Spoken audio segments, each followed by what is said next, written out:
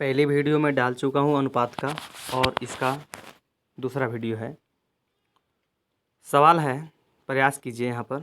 ये सवाल इस पर देखना है। सवाल नंबर 1, सौरभ घर से स्कूल पहुँचने में 15 मिनट लेता है और सचिन 1 घंटा लेता है। सौरभ द्वारा लिए गए समय और सचिन द्वारा लिए गए समय का अनुपात ज्ञात करें। सबसे पहले यह सोचें कि जो सौरभ है घर से स्कूल पहुँचने में जो समय लेता है वो मिनट में दिया गया है, मतलब कि 15 मिनट वो लेता है सौरभ। और जो सचिन लेता है वो 1 घंटा लेता है। 1 घंटे का मतलब होता है 60। 1 घंटे का मतलब होता है 60 मिनट। 1 घंटे का मतलब 60 मिनट। तो सवाल है कि सौरभ द्वारा लिए गए समय और सचिन द्वारा लिए गए समय का अनुपात। तो सौरभ 15 और सचिन 60 मिनट लेता है। तो 15 चौके 60, मतलब 1:4। 1:4 जो सौरभ द्वारा समय लिया जाता है उस सचिन के द्वारा लिया गया समय से 1:4 है।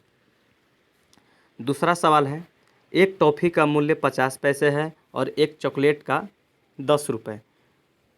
तो टॉफ़ी के मूल्य का चॉकलेट के मूल्य से अनुपात ज्ञात कीजिए। सबसे पहले नंबर तो यह देखते हैं कि टॉफ़ी का जो मूल्य है वो पैसा में है और चॉकलेट का मूल्य है वो रुपया में है। तो आप जानते हैं कि 1 रुपया में कितना पैसा होता है, 100 पैसा। तो 10 रुपये में कितना पैसा हो जाएगा, तो 1000 पैसा हो जाएगा। 1000 पैसा हो जाएगा। तो टॉफ़ी के मूल्य का चॉकलेट के मूल्य से अनुपात, तो टॉफ़ी के मूल्य ऊपर चॉकलेट के मूल्य नीचे, और 1 0 से 1 0 कैंसिल आउट करते हैं, 20 बचे 100। तो हम कह सकते हैं कि टॉफ़ी का जो मूल्य है उस चॉकलेट के मूल्य से 1:20 है, मतलब 1 पैसा इसका तो 20 पैसा इसका। तीसरा है, एक स्कूल में 1 वर्ष में 73 छुट्टियाँ बनती हैं। 1 वर्ष में 73 छुट्टियाँ बनती हैं और छुट्टियाँ का वर्ष के कुल दिनों के साथ अनुपात ज्ञात कीजिए। आपको पता होना चाहिए कि जो वर्ष होता है साधारण वर्ष से 365 दिन के होते हैं, 365 दिन के, और छुट्टी कितना हो रहा है 73। तो छुट्टियां का वर्ष के कुल दिनों के साथ, तो 365 कुल दिन है और छुट्टियां हो रहा है 73 दिन। तो मतलब 73 पचे 365, 1:5। 1:5 मतलब हम कह सकते हैं कि स्कूल में 1 दिन छुट्टी होता है तो 5 दिन पढ़ाई होती है। तो हम कह सकते हैं कि स्कूल में छुट्टियों के अनुपात कुल वर्ष के कुल दिनों के अनुपात से 1:5 है। कुछ और ऐसी ही परिस्थितियों के विषय में सोचिए जहां आपको 2 समान राशियों की तुलना करना पड़े और दोनों राशियों की इकाइयां भिन्न हो। अगर दोनों राशियों की इकाइयां जब भिन्न होती है तो चूँकि आपको पहले वीडियो में बता दिया गया है कि पहले दोनों को इकाइयां सेम किया जाता है, उसके बाद ही आप उससे भिन्न के रूप में लिख सकते हैं और अनुपात के रूप में लिख सकते हैं। हम अनुपात की संकल्पना का प्रयोग दैनिक जीवन की बहुत सी परिस्थितियों में बिना जाने ही करते हैं। आकृति ए तथा बी की तुलना करें।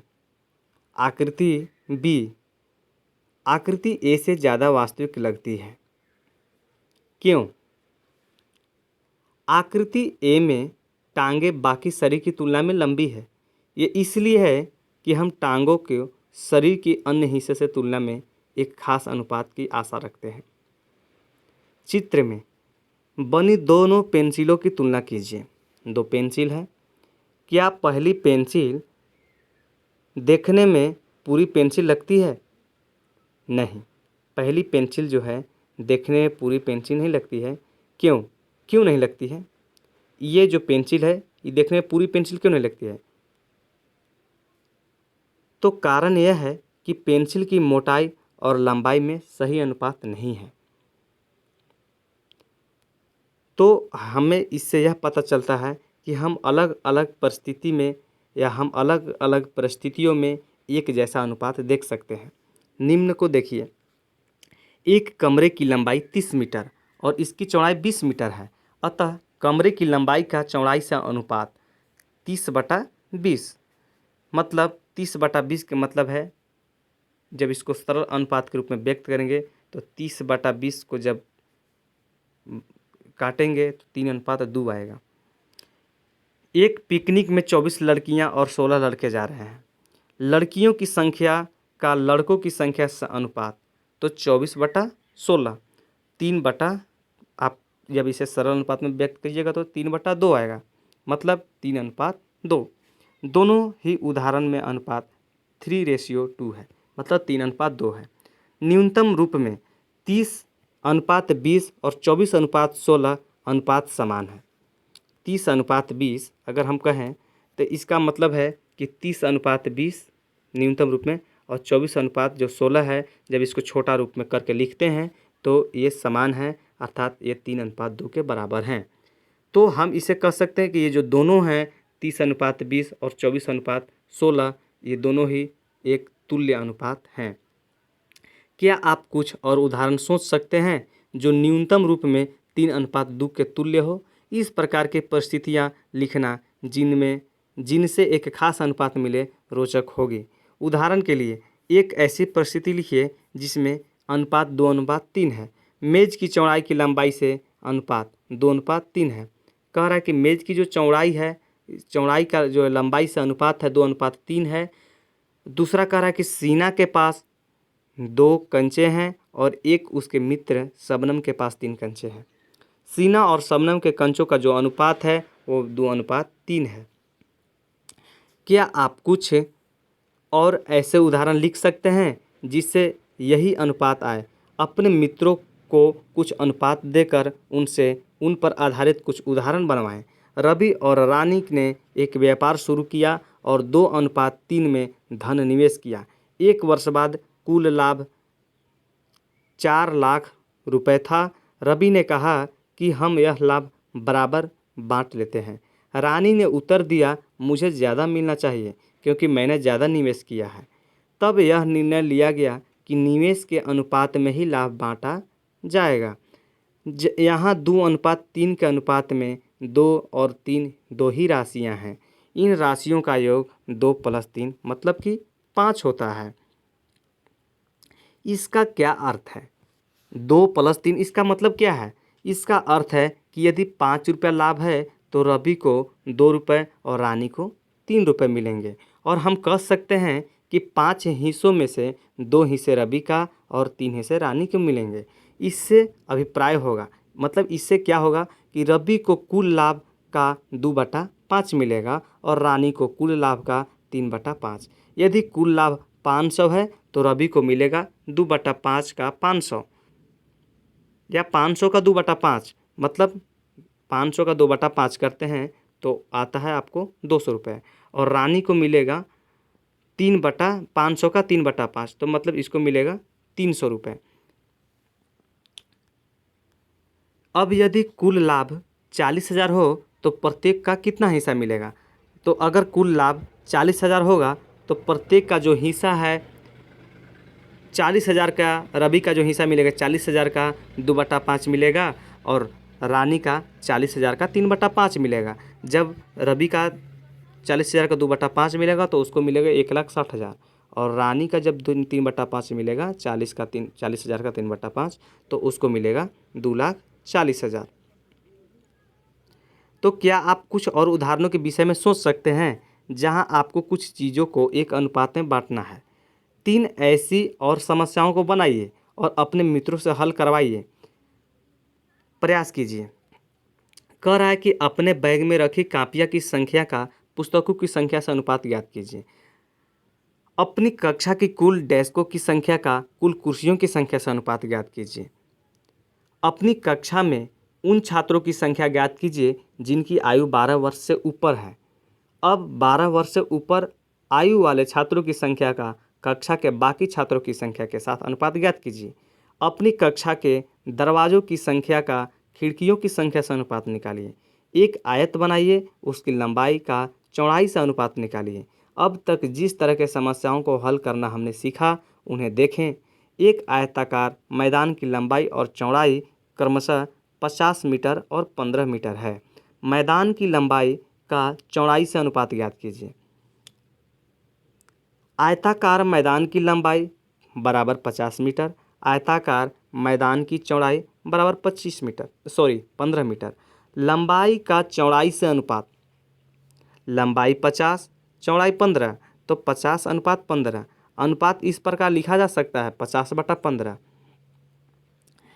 इसमें जो HCF है उसको जब बाहर निकालते हैं तो HCF किसको कहते हैं? वैसा संख्या जो दोनों में कॉमन हो, जिसमें दोनों से भाग लग जाए।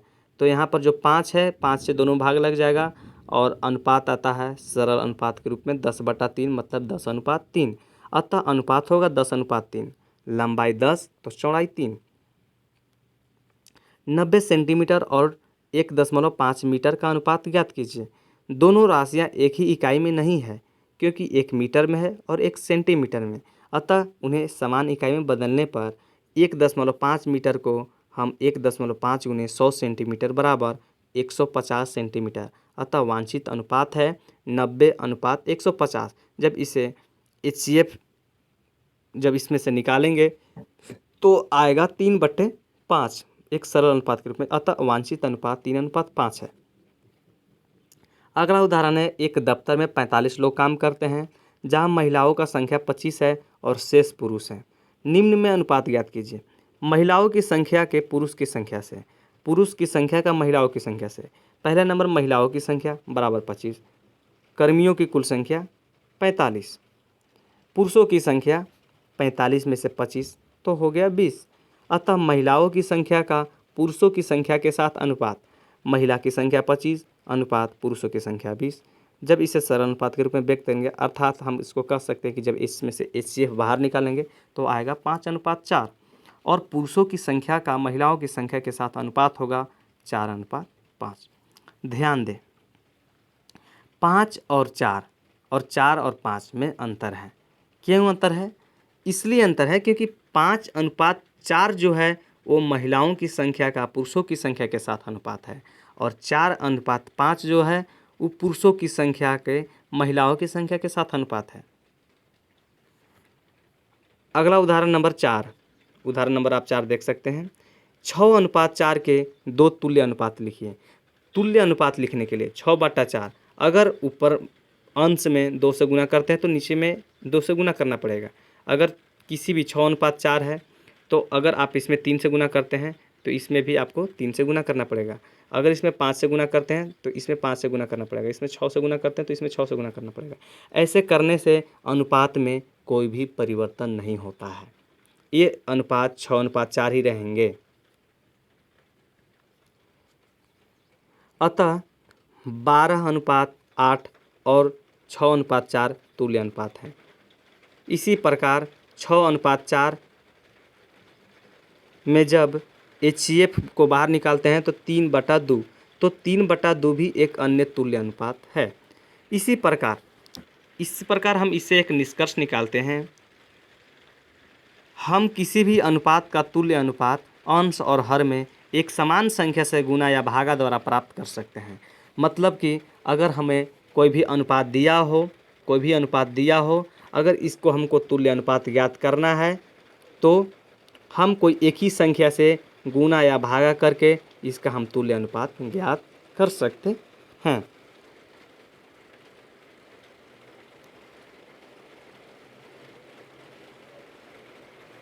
रिक्त स्थानों को भरिए। 14/21 बराबर रिक्त स्थान बटा 3 बराबर 6 रिक्त स्थान। पहला रिक्त स्थान भरने के लिए हमें 21 बराबर 3 गुने 7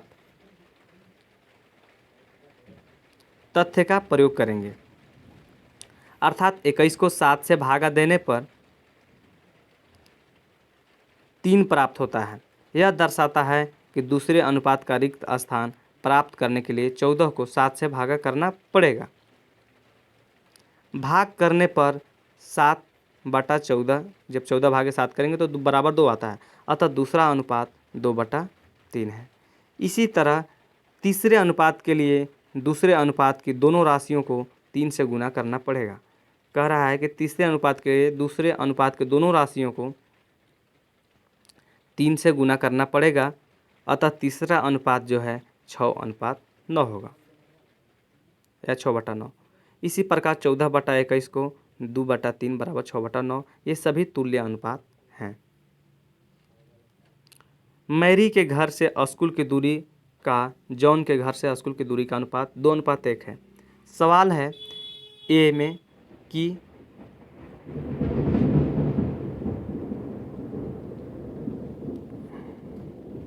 स्कूल के अधिक निकट कौन रहता है। दूसरा का सवाल है निम्न सारणी को पूरा कीजिए जो कुछ संभव दूरियां दर्शाती है जहां मैरी और जॉन रह सकते हैं। मैरी के घर से स्कूल की दूरी किलोमीटर में 10 खाली स्थान है, 4 खाली स्थान है।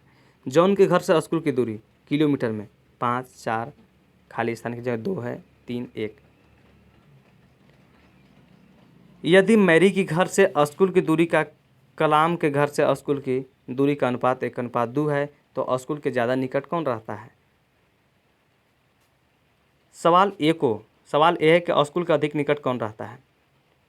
जॉन स्कूल के ज़्यादा निकट रहता है क्योंकि 2:1 है। 2:1 है, इसका मतलब है कि जो 2:1 है वो मैरी के घर से स्कूल की दूरी का जॉन के घर से स्कूल की दूरी है।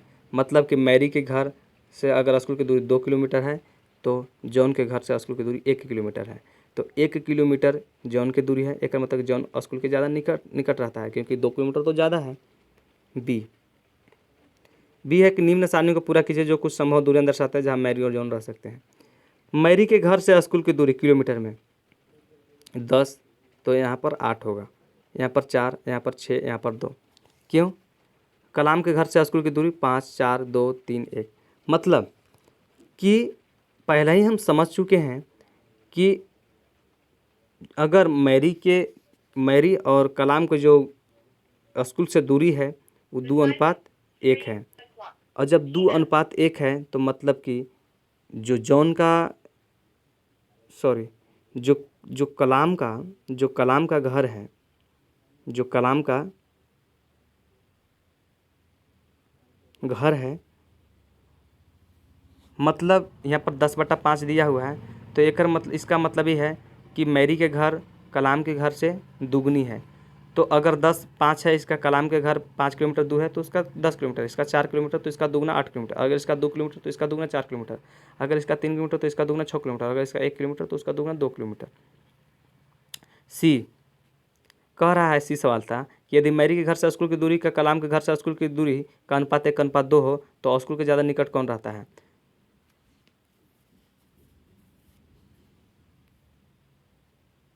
तो कह रहा है सवाल तीसरा कि यदि मैरी के घर से स्कूल की दूरी और कलाम के घर से स्कूल की दूरी तो 1:2, मतलब 1 किलोमीटर मैरी की दूरी है तो कलाम की दूरी है 2 किलोमीटर। एक मतलब कि 1 किलोमीटर नज़दीक तो है मैरी, क्योंकि अनुपात 1:2 है, अतः मैरी स्कूल के ज़्यादा निकट रहती है। कीर्ति और किरण के बीच 60 रुपये को 1:2 में बांटिए। अनुपात के 2 हिस्से 1 और 2 है, अतः दोनों हिस्से का योग 1, 2, 3 होता है। इसका अर्थ है कि यदि 3 रुपया है तो कीर्ति को 1 रुपया और किरण को 2 रुपये मिलेंगे, यानी कि 3 में से कीर्ति को 1 हिस्सा और किरण को 2 हिस्सा मिलेंगे। अतः कीर्ति का हिस्सा 1/3 × 60 बराबर 20 और किरण का हिस्सा 2/3 मतलब 60 का 2/3 मिलेगा 40 रुपया। तो बात के समझ गए, ये 40 रुपया होगा।